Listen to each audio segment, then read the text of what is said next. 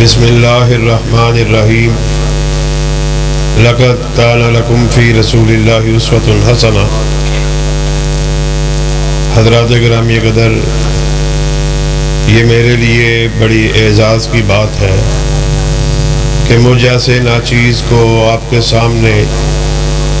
پیغمبر انقلاب کے عنوان سے ہونے والی کانفرنس میں اپنے خیالات کے اظہار کا موقع ملا ہے، اور لائق تحسین ہیں جناب بھائی عمر محمدی صاحب، جنہوں نے یہ رنگ و نور کی محفل سجائی ہے، اور یہ عنوان پیغمبر انقلاب کہ ان کی سیرت کے کس پہلو کو آپ کے سامنے رکھا جائے، ان کی بلندی کا، ان کی بزرگی کا، ان کی بڑائی کا تذکرہ کیوں کر کیا جائے کہ جس کے بارے میں عرش والے کا خود ارشاد عالی ہے، وَرَفَعْنَا لَكَ ذِكْرَكَ، اے میرے حبیب ہم نے تیرے ذکر کو بلند کر دیا۔ وہ ہستی اقدس و مقدس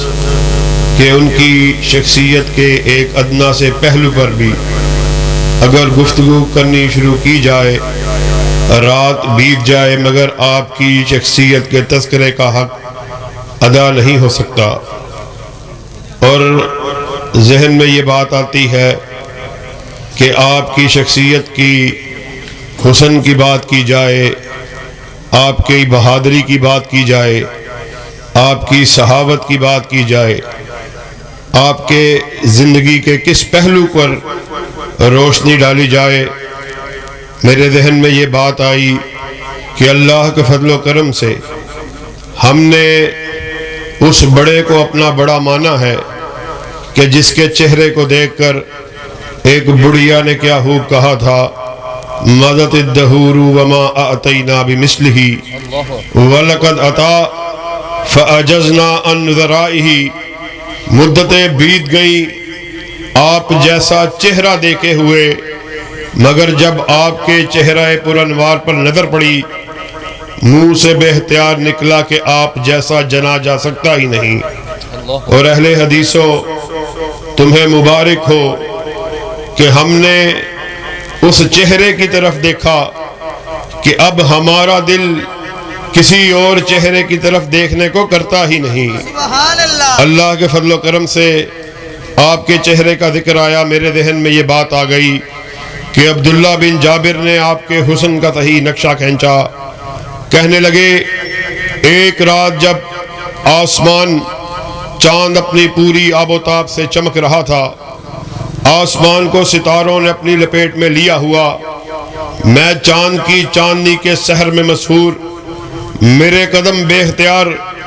کچی چھت والی مسجد طیبہ کی طرف اٹھے، وہاں پہنچا، جانتے ہوا کیا کہا؟ اہل حدیثوں، عبداللہ بن جابر کہتے ہیں کہ ایک نظر میری چاند پر پڑی، دوسری نظر آقا کے چہرے پر پڑی، منہ سے بے اختیار نکلا، آقا چاند کو بھی اگر حسن ملا ہے تو آپ کے چہرے پر انوار سے ملا ہے۔ اور اہل حدیثوں، تمہارا پیر، تمہارا رہنما وہ ہے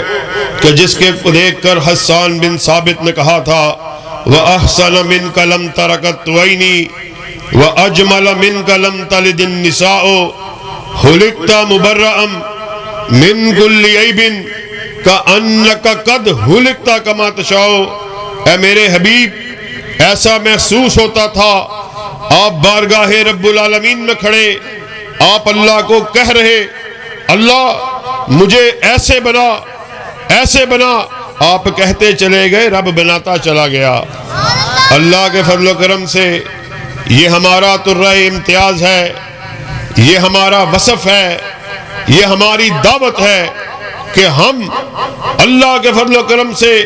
کائنات کے باسیوں کو یا رب کے قرآن کی طرف بلاتے ہیں یا کالی کملی والے کے فرمان کی طرف بلاتے ہیں۔ آج ہم اپنے آپ کو اہل حدیث کہلوانے والے، ہم آقا سے محبت کا دعویٰ کرنے والے، ہمارے بھائی دوست مختلف مکاتب فکر سے تعلق رکھنے والے، وہ بھی آقا سے محبت کا اظہار کرنے والے، ہم بھی آقا سے محبت کا اظہار کرنے والے، فرق کیا ہے؟ معاملہ کیا ہے؟ ماجرا کیا ہے؟ عام بندہ کنفیوز ہو جاتا ہے، وہ ہم سے سوال کرتا ہے قاری صاحب بات میں فرق کیا ہے؟ آپ بھی آقا کی عقیدت کا دم بھرنے والے، یہ دوسرے مسالک سے تعلق رکھنے والے، وہ بھی آقا کو اپنا مرشد کہنے والے، اپنا رہنما کہنے والے۔ آؤ آج یہاں پر اس فرق کو سمجھ کے جانا ہے۔ ہم نے اس امر کا اعلان کر دیا، سنو، کائنات میں اگر کسی کو اللہ نے غلطی سے پاک بنایا ہے تو آمینہ کے لال کو بنایا ہے۔ تم نے بھی اس بات کا اعلان کیا، مگر تم اپنے دعوے کو دیکھو، اپنے گربانوں میں جھانکو۔ تم نے اس بات کا اعلان کیا آقا کی بات تو ٹھیک ہے، آقا کی بات کے ہوتے ہوئے میں اپنے مفتی کے فتوے کو کیا کہوں، اپنے مولوی کی رائے کو کیا کہوں، امام کے قول کو کیا کہوں، خطیب کی خطابت کو کیا کہوں۔ ہم اہل حدیث، ہم نے اس بات کا اعلان کر دیا، کائنات کے باسیوں سن لو، مولوی بھی غلطی کھائے، مفتی بھی غلطی کھائے، امام بھی غلطی کھائے، پیر بھی غلطی کھائے، فقیر بھی غلطی کھائے، صدیق اور شہید بھی غلطی کھائے۔ غلطی سے پاک اگر کسی کو بنایا، اللہ نے تنہا آمینہ کے لال کو بنایا ہے۔ آسمان سے ندا آئی، وما ینطق عن الہوی ان ہوا الا وحی یوحی۔ سنو، ناطق وحی اپنی مرضی سے بولتے ہی نہیں، وہ جب بھی بات کرتے ہیں اللہ کی رضامندی سے بات کرتے ہیں۔ ساتھیوں، فرق بڑا سیدھا سادہ ہے، بات سمجھنے کی بڑی آسان ہے۔ آپ بھی آقا کی عقیدت کا دم بھرنے والے،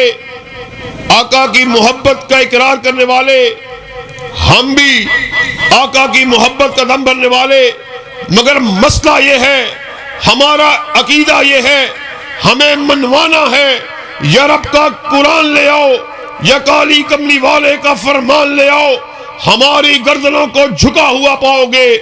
مگر بات کرو گے آقا کی بات کے ہوتے ہوئے کسی غیرے کی مان لو، کسی غیرے کی مان لو، کسی نتھو حیرے کی مان لو، اللہ کی قسم ہے اہل حدیث کے بیٹے کا اعلان سن لو، یہ گردن کٹ سکتی ہے مگر جھک نہیں سکتی۔ تکبیر، عظمت مصطفیٰ، محمد صلی اللہ علیہ وسلم۔ اللہ کے فضل و کرم سے آپ بھی اپنے دعوے کو دیکھیں، اپنے آپ کو جانچیں، اپنے آپ کو ٹٹولیں، ہمیں بھی اپنے دعوے کو، ہماری بات کو بھی ٹٹولیں، کون اپنے دعوے میں سچا ہے۔ ہم نے اس بات کا اعلان کر دیا، لوگوں سنو، اہل حدیث کا سر وحدہ لا شریک کے آستانے کے علاوہ جھک نہیں سکتا، اسی طرح اہل حدیث کا دل کالی کملی والے کی محبت کے علاوہ دھڑک نہیں سکتا۔ ہم نے ساری محبتوں کو آقا کی محبت پر قربان کر دیا ہے۔ کیا حسن سمجھا ہے، کیا عشق نے جانا ہے، ہم حق نشینوں کی ٹھوکر میں زمانہ ہے، ہماری دعوت سیدھی سادی، ہم پیار محبت کو بانٹنے والے، امن و امان کی بات کرنے والے، ہم لوگوں کو یورپ کے قرآن کی دعوت دینے والے یا کالی کملی والے کے فرمان کی دعوت دینے والے۔ ہم نے اس بات کا اعلان کر دیا، آقا کائنات اس دنیا سے رخصت ہو رہے، آپ نے اپنے اصحاب کو اکٹھا کیا، ارشاد فرمایا ترکت فیکم امرین لن تضلوا ما تمسکتم بہما کتاب اللہ و سنتی۔ اے میرے اصحاب، میں آپ کے درمیان دو چیزوں کو چھوڑے جا رہا، پھر جو کوئی ان دو چیزوں کو چمٹ گیا وہ ہرگز ذلیل نہیں ہوگا۔ اصحاب رسول نے پوچھا آقا محترم آپ ہمارے درمیان کیا چھوڑے جا رہے؟ آپ نے ارشاد فرمایا ایک اللہ کی کتاب چھوڑ کے جا رہا، دوسرا اپنی سنت کو چھوڑ کے جا رہا۔ پھر اسی لیے ہم ڈنکے کی چوٹ اس بات کا اعلان کرتے ہیں، آج ہم تمہیں کسی سردار کی سرداری کی طرف بلانے کے لیے نہیں آئے، کسی چودھری کی چودراہٹ کو منوانے کے لیے نہیں آئے، کسی بڑے کی بڑائی کی طرف بلانے کے لیے نہیں آئے۔ آج ہم تمہیں علامہ شہید کی عظمت کو منوانے کے لیے نہیں آئے، حبیب الرحمان کی بڑائی کو منوانے کے لیے نہیں آئے، ہم کائنات کے باسیوں کو یا رب کے قرآن کی طرف بلاتے ہیں یا کالی کملی والے کے فرمان کی طرف بلاتے ہیں۔ تکبیر، اللہ اکبر، تکبیر۔